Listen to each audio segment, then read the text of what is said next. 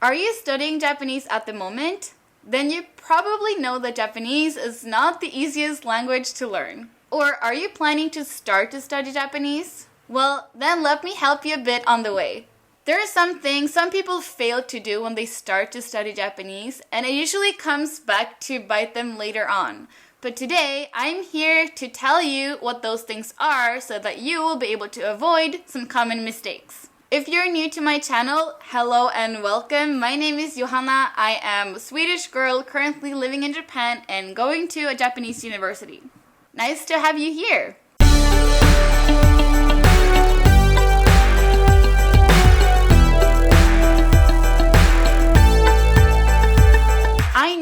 I know that kanji is overwhelming and seems impossible to master.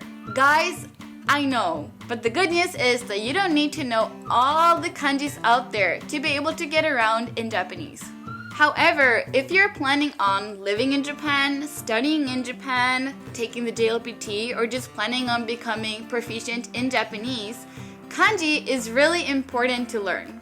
Even if you don't plan on taking any Japanese tests or moving to Japan and you just want to learn how to communicate in Japanese, neglecting to study kanji in the beginning will make it so much more overwhelming if you decide to start to study kanji later on in your language journey. I think it's important when you study Japanese and probably any other language to keep your levels somewhat balanced between grammar, vocabulary, speaking, listening, writing, and reading. Of course, you'll probably have something you are better at. For me, it's always been speaking. My speaking has always been better than everything else, and so when people just talk to me in Japanese, they always assume that my Japanese is even better than it is because it sounds good when I'm speaking it. But at least trying to keep all the different parts balanced is really important. I sometimes get the question from people like, I'm planning on starting to study Japanese, but I don't know where to start. And my advice is always to first off try to learn a couple of simple phrases in Japanese, and after that, go straight on to study hiragana and katakana. If you have those two down, then you can progress to study Japanese in Japanese, if that makes sense. You can learn Japanese words and Japanese phrases in Japanese instead of learning it in alphabet. I think even the Minna no Nihongo series use only Japanese and with furigana, so you can read all the kanjis in hiragana.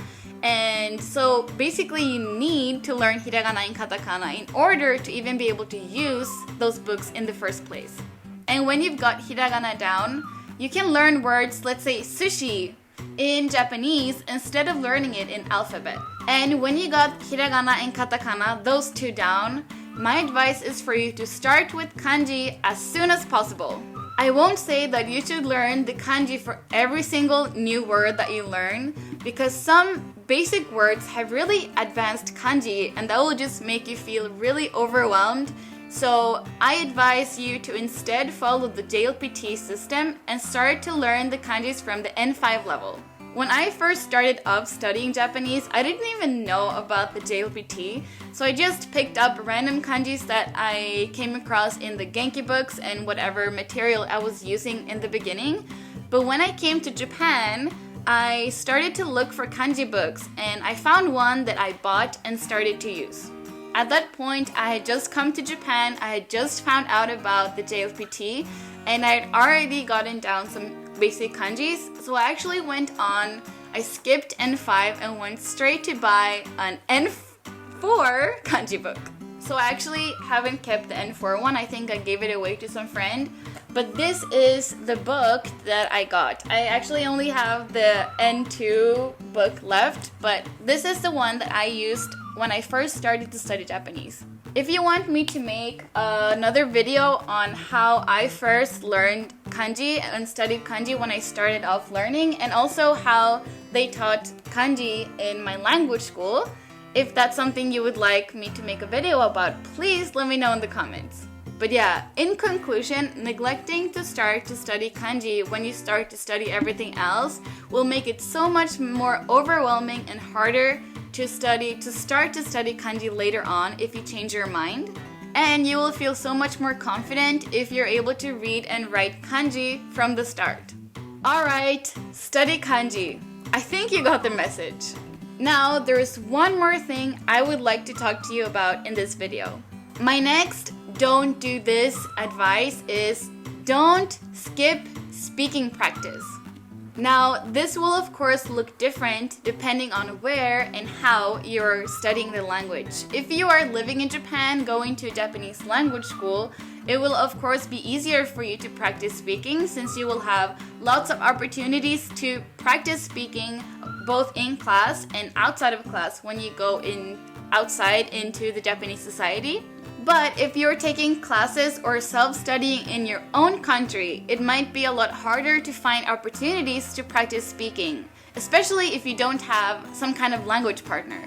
However, no matter where or how you're studying Japanese, I really want to advise you do not procrastinate on speaking. Don't let the language stay only in your head.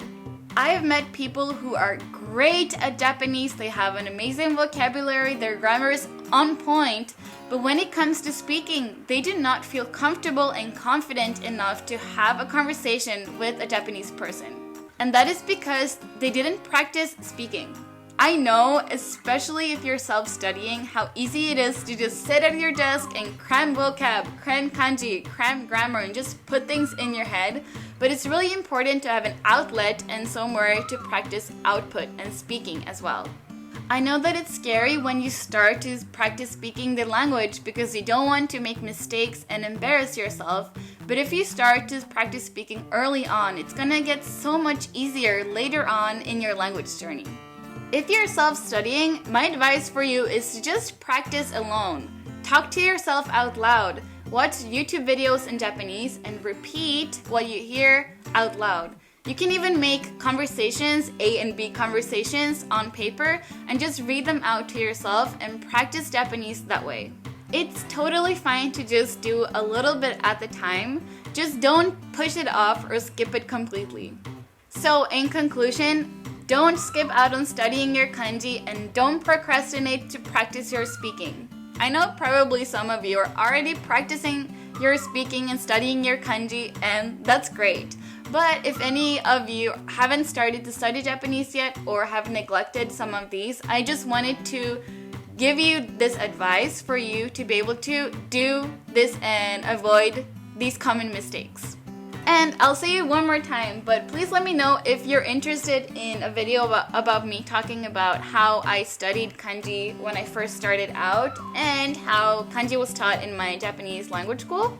And of course, don't hesitate to send me a message on Instagram or leave a comment if you have any questions or want to say anything. And with all of that said, see you in my next video. Bye!